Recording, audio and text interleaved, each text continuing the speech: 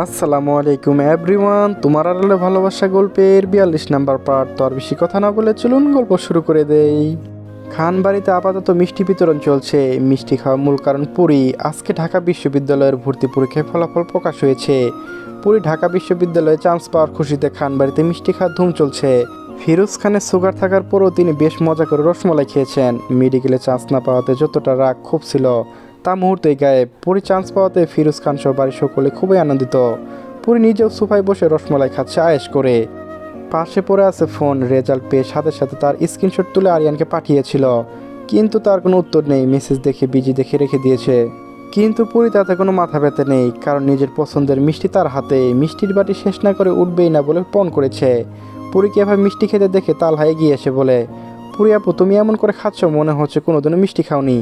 এই বাবা কেমন হ্যাংলার মতো করছো। কথাটা বলে তালহা হাসতে থাকে। তালহাকে হাসতে দেখে পুরী বলে, টুরিস মাই ডে, কত কষ্ট করে চান্স পেয়েছি, খাবো না?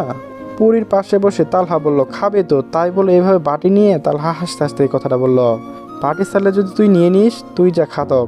বাপরে, তোকে বিশ্বাস নেই। আমি খাদক, তুমি হ্যাংলা। তালহার পুরীর দুষ্টমির মাঝে কলিং বেলের শব্দ পাওয়া যায়। কলিং বেলের শব্দে জুনায়েদ খান যে দরজা খুলে দেয়। দরজা খুলতে জুনায়েদ খান দেখতে পায় ডেলিভারি বয়কে। জুনায়েদ খানকে দেখে ডেলিভারি বয় বলে, স্যার আপনাদের পার্সেল। কথাটা বলে ডেলিভারি বয় 2টা প্যাকেট ভর্তি বিরিয়ানি এগিয়ে দেয়। এত বিরিয়ানি দেখে জুনায়েদ খান বলেন, আমরা তো কিছু অর্ডার করিনি, আপনি ভুলে অ্যাড্রেসে চলে এসেছেন। পেমেন্ট স্লিপ বের করে ঠিকানা মিলিয়ে নেয়। ঠিকানা দেখে ডেলিভারি বয় বলে, স্যার ঠিক অ্যাড্রেসে এসেছি। আরিয়ান খান নামে ওয়ার্ড প্লেস করা হয়েছিল। আরিয়ানের নাম শুনে জুনায়েদ খানের কাছে সমস্ত পরিষ্কার হয়। বিরিয়ানি প্যাকেটগুলো নিয়ে ভিতরে আসে বলে, এই দেখো সবাই, আরিয়ান সেই দূরে দেশে বসে বাড়ির সকলের জন্য বিরিয়ানি অর্ডার দিয়েছে। মুমতাহিনা বেগমের হাতে প্যাকেট তুলে দিয়ে পুরীর দিকে তাকিয়ে বলে, তোর চান্স পাওয়ার উপলক্ষে আরিয়ান হয়তো ট্রিট দিয়েছে। জুনায়েদ খানের কথা শুনে পুরী মুচকে হাসি দেয় আর মনে মনে ভাবে, আমার মেসেজের রিপ্লাই দিল না, অথচ বিরিয়ানি অর্ডার করার সুযোগ পেল। কি যে লুক এটা। সারাদিন পরে অনেকবার চেক দিয়েছে আরিয়ান কোনো মেসেজ দেয় কিনা, কিন্তু না, আরিয়ান কোনো মেসেজ দেয় না। অধৈর্য পরে নিজে থেকে 2টা মেসেজ করেছে, কিন্তু সেইগুলোর কোনো উত্তর আসে না। এরই মাঝে বিরিয়ানি খেতে যেয়ে সেই দুঃখের কিছু ভুল ছিল। তারপর বিরিয়ানি খেতে মিষ্টি পাটি নিয়ে নিজের ঘরে এসে দরজা দেয়। দুঃখ লাগলে মিষ্টি খাওয়া শুরু করবে। পছন্দের জিনিস খেলে দুঃখ কমে যায়। দরজা লাগিয়ে বসতেই পরি ফোনে বেজে ওঠে। উৎফুল্ল হয়ে ফোন হাতে নেয়, কিন্তু মুখে হাসি নিমিশেই মিলিন হয়ে যায়। ফোনটা আরিয়ান নয়, বরং আঁখি করেছে। এই মুহূর্তে আঁখি ছাড়া করার মতো কারোর সাথে কথা বলার ইচ্ছে করছে না। তবুও ফোন রিসিভ করে কানে ধরে বলে, আসসালামু আলাইকুম আঁখি পাখি। অপর প্রান্তে থেকে আঁখি উত্তর দেয়, ওয়ালাইকুম আসসালাম। ডানা কাটা পরি, কি করছিস? মিষ্টি খাচ্ছি, তুই কি করছিস? আঁখি বলে, তুই এখনো মিষ্টি খাচ্ছিস? একাই তো মিষ্টির দোকান সাবার করে সার্ভি দেখছি। পরি বলে, করবো না তো অবশ্যই। মেডিকেলে চান্স না পাওয়ার কারণে অনেক বকা শুনেছি, এখন মিষ্টি খেয়ে সেই দুঃখ ভোলার চেষ্টা করছি। আঁখি বলল, তারপর বল, আরিয়ান ভাইয়ের কি বললো? নিশ্চয়ই স্পেশাল গিফট আনবে বলেছে। আখির কথা শুনে ফোঁস করে নিঃশ্বাস ছেড়ে পরি বলে, আর গিফট? ওই বেটা তো কথাই বলেনি এখনো। কি বলিস? কংগ্রাচুলেশন জানায়নি পর্যন্ত? না, দেখ কোন বিদেশির সাথে ব্যস্ত। আখির এই কথায় তেলে বেগুনে চলে ওঠে পরি। রেগে মেগে বলে, ফালতু কথা বলবি না, ফোন রাখ।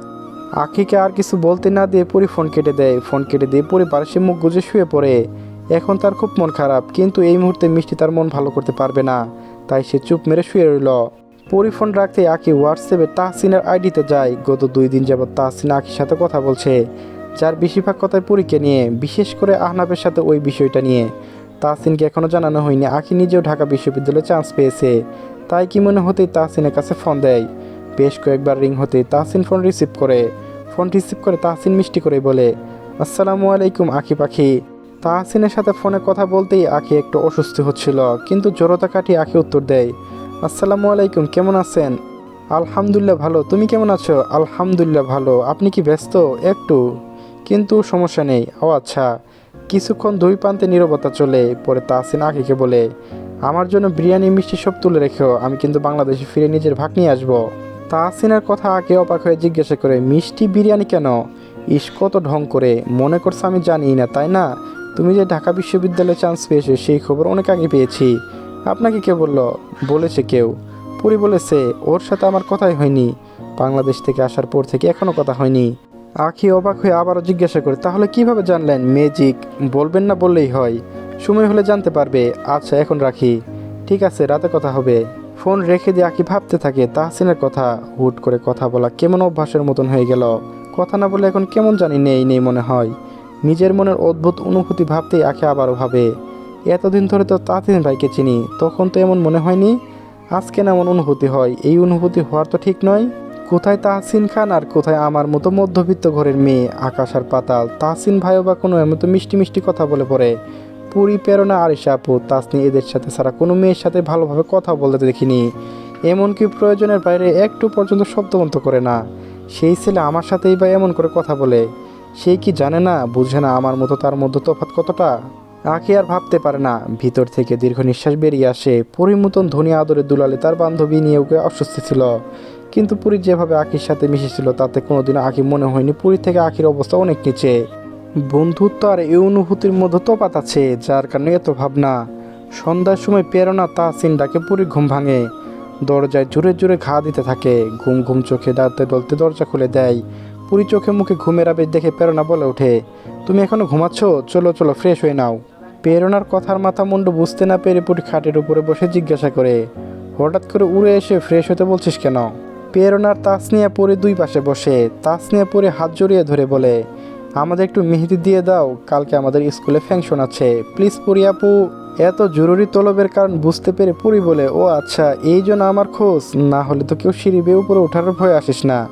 সেটা না পুরী আপু, আমাদের পড়ার চাপে আমরা সুযোগ পাই না, রাত 9টা পর্যন্ত হোম টিউশন থাকে। তাসনিয়ার কথা শেষ হতে প্রেরণা বলে, একটু দিয়ে দাও পুরী আপু। দুইজনে মিলে দুই দিক থেকে ঝাঁকাতে থাকে পুরীকে। দুইজনের চাপে পুরী একটু চিৎকার দিয়ে বলে ওঠে, ওরে তোরা থাম, আমি সিরে যাব তো তোদের ঝাঁকানিতে, মেহেদি দিয়ে দিব, আগে ফ্রেশ হয়ে আসি। তাসনিয়া প্রেরণা দুইজনে মিলে বলে ওঠে, ঠিক আছে পুরী আপু, ফ্রেশ হয়ে আসো। পুরী ফ্রেশ হয়ে দুইজনের হাতে সুন্দর করে মেহেদি দিয়ে দেয়। কাল স্কুলে ফ্যাংশনে দুইজনে কি কি পড়বে সব প্ল্যান পুরী বলতে থাকে। দুইজনে এত পর্যায়ে বায়না ধরেছে পুরীকে ওদের সাথে যাওয়ার জন্য। সাথে একজন গার্ডিয়ান অ্যালাউড থাকায় পুরীকে যেতে বলছে, সাথে করে আখিকেও নিয়ে যেতে বলে। মেহেদি দেওয়া শেষে পুরী ওদেরকে বলে, আখির সাথে কথা বলে জানাবো, কিন্তু শিওর না। পুরীর কথা শুনে প্রেরণা আর তাসনিয়া বারবার পুরীকে অনুরোধ করতে থাকে, আর পুরী ওদেরকে অসুস্থ করে। পুরী চেষ্টা করবে। রাতের বেলা খাওয়ার পাট শেষ করে পুরী চা বানাতে যায়। চা নিয়ে ঘরে যাবে সেই জন্য। পুরী যখন রান্নাঘরে দাঁড়িয়ে চা পানি ফোটার অপেক্ষা করছিল, তখন ফিরোজ খান রান্নাঘরের দিকে এগিয়ে আসে। ফিরোজ খানকে এগিয়ে আসতে দেখে পুরী জিজ্ঞাসা করে, মামা কিছু বলবেন? হ্যাঁ মানে একটা কথা জানতে এসেছিলাম। চুলার জাল লো করে পুরী বলে, হ্যাঁ মামা বলো। ফিরোজ খান প্রথমে ইস্তস্ত বোধ করছিল, তারপর বলে, আরিয়ান শুক্রবার আসবে, এই শুক্রবার, তারপরে শুক্রবার তোমার বিয়ে, সেইভাবে মানসিকভাবে প্রস্তুত থেকো। ফিরোজ খানের কথা পড়ে মাথায় যেন আকাশ ভেঙে পড়ে, বিস্ময়ে পুরী কথা আটকে আসে। ফিরোজ খান কথাটা বলে চলে যাচ্ছিল, পুরী প্রশ্ন করে, হুট করে কার সাথে বিয়ে? ফিরোজ খান মাথা ঘুরিয়েই বলে, তোমার খুব পরিচিত কেউ, চিন্তা করো না। ফিরোজ খান কথা শেষ করে চলে যায়। পুরী সেইখানে স্ট্যাচুর মতো দাঁড়িয়ে থেকে। খুব পরিচিত কেউ বলতে কাকে বুঝিয়েছে পুরীর মাথায় খেলো না। ফিরোজ খান চলে যেতে পুরী চায়ের জন্য গরম পানি ফেলে দিয়ে নিজের ঘরে চলে আসে। একদিকে হুট করে বিয়ের তারা, তার উপর আজকে সারাদিন আরিয়ানে খোঁজ নেই। প্রচণ্ড বিরক্ত হয়ে হাতে ফোন নেই আরিয়ানকে কল করার জন্য। লোক খুলতেই আরিয়ানে ভিডিও কল আসে। খুশি হওয়ার বদলে পুরী এবার প্রচণ্ড রাগ হলো। ভিডিও কল রিসিভ করে আরিয়ানকে ঠিক মতো না দেখতে পেয়ে বলতে শুরু করে, কি পেয়েছেন কি, সারাদিন এত ব্যস্ত থাকেন যে একবার ফোন দিতেও পারেন নাই? বিরিয়ানি অর্ডার দেওয়ার সময় পান, ফোন দেওয়ার সময় পান না, আবার মেসেজ রিপ্লাই দেওয়ার মতো সময় পান না, কি সমস্যা কি আপনার? একদমে কথাগুলো বলে পুরী হাঁপাতে থাকে। রাগে চোখ মুখ বন্ধ রেখে কপালে হাত দিয়ে রাখে। আরিয়ান নির্ভীক শ্রোতার মতো এতক্ষণ সব শুনছিল। পুরী চুপ হতে নরম সুরে বলে, আমার দিকে তাকাও বউ, দেখো আমার দিকে। আরিয়ান হুট করে তুমি করে বলাতে পুরী চমকে যায়। হাত সরিয়ে আরিয়ানের দিকে তাকায়, দেখতে পায় সে মাত্র শাওয়ার নিয়ে এসেছে। পরনে এখনো শুধু টাওয়াল, শরীর বিন্দু বিন্দু পানি, কপালের উপর লেপটে থাকা চুল থেকেও পানি পড়ছে। আরিয়ানের শক্তপোক্ত পুরুষালী উদাম শরীরের দিকে পুরী কেমন মতগ্রস্তর মতো তাকিয়ে থাকে। শুকনো ঢোক গিলে আরিয়ানের দিকে যখন অপলক দৃষ্টিতে তাকিয়েছিল, আরিয়ান ফোনের সামনে তুলে বাজিয়ে বলে, এইভাবে তাকিয়ে থেকো না বউ, নিজেকে কন্ট্রোল করায় কষ্ট হয়ে যায়, এত দূর থেকে আমি কিছু করতে পারবো না। আরিয়ানের কথায় পুরী যেন অচেতনায় আসে। এতক্ষণ যাবৎ আরিয়ানের দিকে এমনভাবে তাকিয়েছিল, ভাবতেই পুরীর মুখ লজ্জায় নত হয়ে আসে। কেমন নির্লজ্জের মতো দেখছিল। আরিয়ান কি না কি ভাবলো পুরীকে। পুরী যখন লজ্জায় মাথা নত করেছিল, আরিয়ান ততক্ষণে ট্রাউজার পরে নিয়েছে। টি শার্ট গায়ে দিতে দিতে বলে, লজ্জা পাচ্ছ কেন? আমরা সবাই তোমার, দেখতে পারো, সমস্যা নেই। আর এতটুকু দেখেই যদি লজ্জায় এই অবস্থা হয়, পুরোটা দেখলে কি হবে? আরিয়ানের লাকাম ছাড়া কথা পুরী আর লজ্জা পেয়ে যায়। মাথা নিচু করে রেখে চুপ করেন, কিসব বলছেন উল্টাপাল্টা? উল্টাপাল্টা না, সোজাভাবে বলছি, বিরিয়ানি খেয়েছিলি?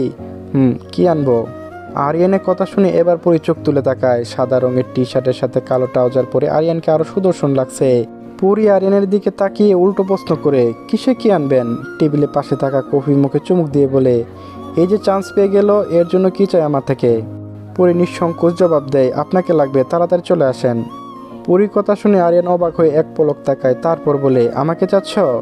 বুঝে শুনে চাচ্ছ তো? সামলাতে পারবে তো? অজ্ঞান হয়ে গেলে ছাড়বো না। ছাড়তে হবে না, আমি আপনার সাথেই থাকবো, অন্য কারোর সাথে না। কথা বলে পুরি ফুপিয়ে কেঁদে উঠল। হঠাৎ পুরীকে কাঁদতে দেখে আরিয়ান চিন্তায় পড়ে যায়। তার বউটার আবার কি হলো? আরিয়ান পুরীকে থামতে বলে, এই বউ কি হয়েছে আমাকে বলো। হানি আমার, জান বউ আমার, কি হয়েছে? কাঁদছো কেন? আমি আছি তো তোমার সাথে, তুমি সারা জীবন আমার সাথে থাকবে। এবার বলো কি হয়েছে? কান্না কোনো মতো থামিয়ে পুরি নাক টানতে টানতে বলে, একটু আগে মামা বলল আপনি শুক্রবার আসবেন, তারপরে শুক্রবারে নাকি আমার বিয়ে দিবে। আমি তখন জিজ্ঞাসা করলাম কার সাথে? বলল আমার পরিচিত কেউ। আপনি বলেন আমার তো বিয়ে হয়ে গিয়েছে, আমি কিভাবে আবার বিয়ে বসবো? আমি আপনাকে ছাড়া অন্য কাউকে ভাবতেই পারি না।